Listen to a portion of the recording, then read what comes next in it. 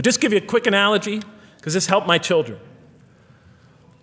Let's pretend I have a goldfish, a dog, and 3 children. 3 daughters, let's say. And I do have 3 daughters.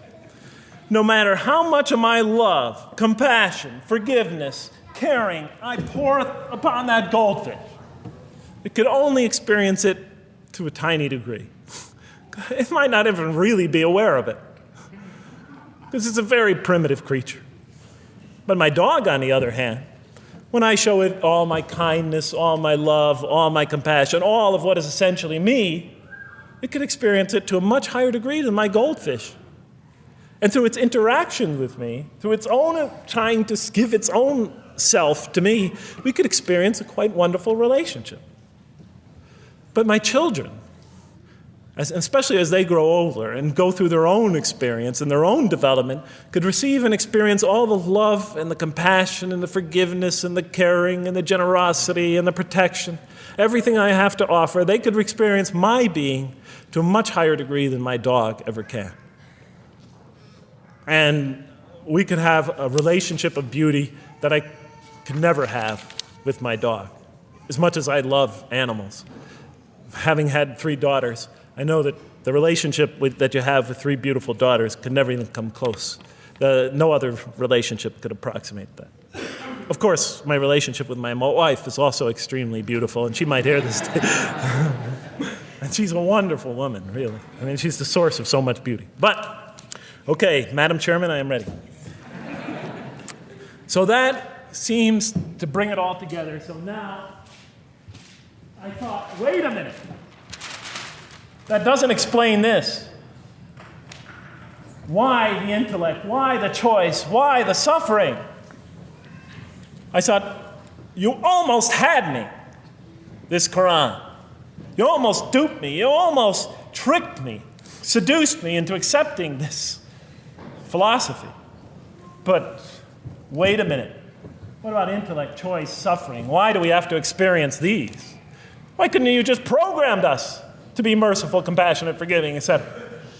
Why do we have to go through all this? And then, of course, the answer came to me as quickly as I thought of it. So we are creatures, and we grow, and we become.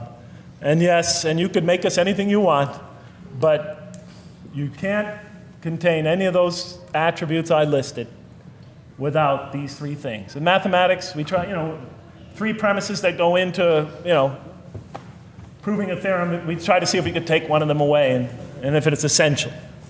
And all 3 of these are definitely essential.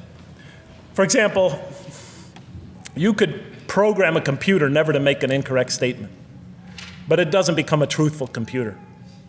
Never heard anybody say to me, Jeff, this Macintosh is the most truthful computer I ever saw. If it's programmed, it's not truth. You could program a CAT scan to help the sick, but it doesn't become compassionate. Never heard a doctor say, Jeff, if you want to see a compassionate CAT scan, you come right over here. Right?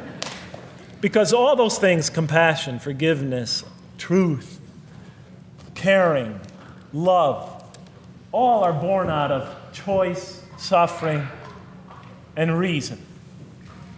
In order to do a compassionate deed, when we consider reaching out to someone in compassion, that person, first of all, that's inconceivable without the presence of suffering, an environment where there's suffering. And when we decide to help them or not, we reason in our minds, what is this going to require of me? It's going to require some suffering on my part, some of my giving of myself. And without that mental process, it doesn't become a compassionate deed. And if it isn't by choice, it's not a compassionate deed. It's that choice that makes it compassionate. Same thing with truth. Truth is a choice between telling the truth or not telling the truth. Oftentimes we tell it when we're at risk to our own personal loss. The more suffering that might come out of that choice, the greater is the truth behind it, the greater the act of truthfulness. And all the time we have to weigh the consequences of that choice. If I tell the truth there, my teacher's going to give me an F. If I don't tell the truth, I might get an A. We weigh it in our mind. Last example, the famous wedding vow. Do you take this woman to be your wife in sickness and in health, for richer or for poorer, until death do you part. What are they asking us? Do you knowingly make this choice, understanding full well what's at stake here? That it might involve richness but poverty, health or sickness, that suffering's going to be involved until death. Once a young lady told me, you never really loved me. Because when the growing got tough, when things got hard, when we hit rock bottom, when my life fell apart, you just got up and left. And she was right. And she understood full well that that's what love is all about. It is through giving and suffering together and hanging in there with each other and not bailing out and persevering through suffering, making that choice and knowing what you're doing. All those three things are essential. So it's very easy to see why the Quran stresses these. For in order for us to grow in these, I dropped it, we have to have these. And that's why it's very easy to see, ladies and gentlemen, why the Quran, 30 seconds, Madam Chairman, why the Quran talks about sin as self-destruction. The Quran says when we sin, we commit, the Arabic word is dhulm, or zulm, however dialect you have. Dhulm against ourselves. We oppress, we destroy ourselves. Because when we don't grow in these, when we grow in the very opposite of these, we are literally destroying ourselves.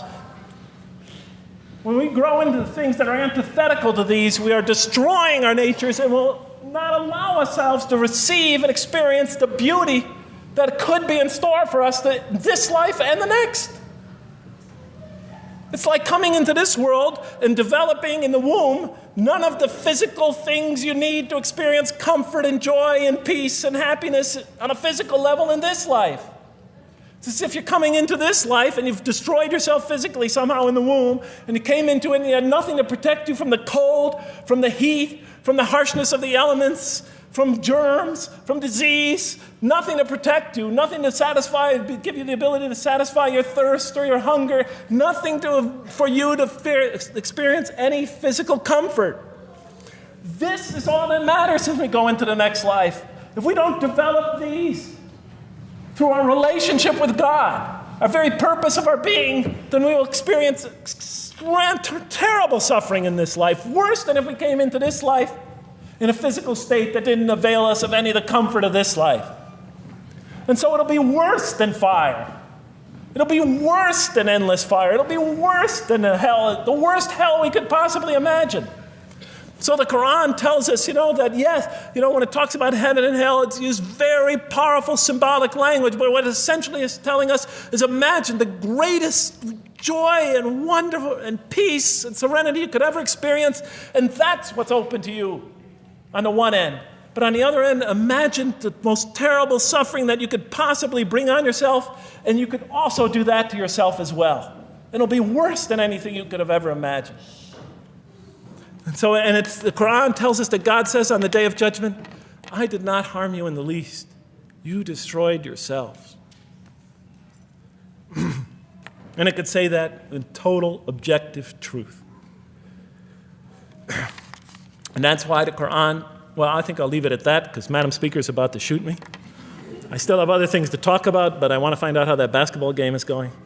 So thank you so much for listening to me for so long. And may the peace and mercy of Allah be upon you all. I didn't mean to try to scare anybody at the end. That wasn't my goal. I was just trying to make a point. And may the peace and mercy of God be upon you all. Thank you so much. Assalamu alaikum.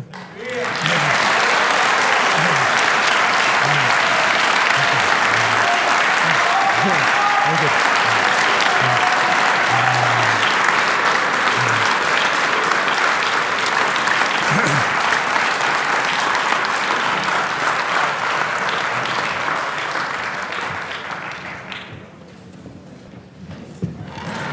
All right, we'd like to thank Dr. Lang for that very heartfelt, very long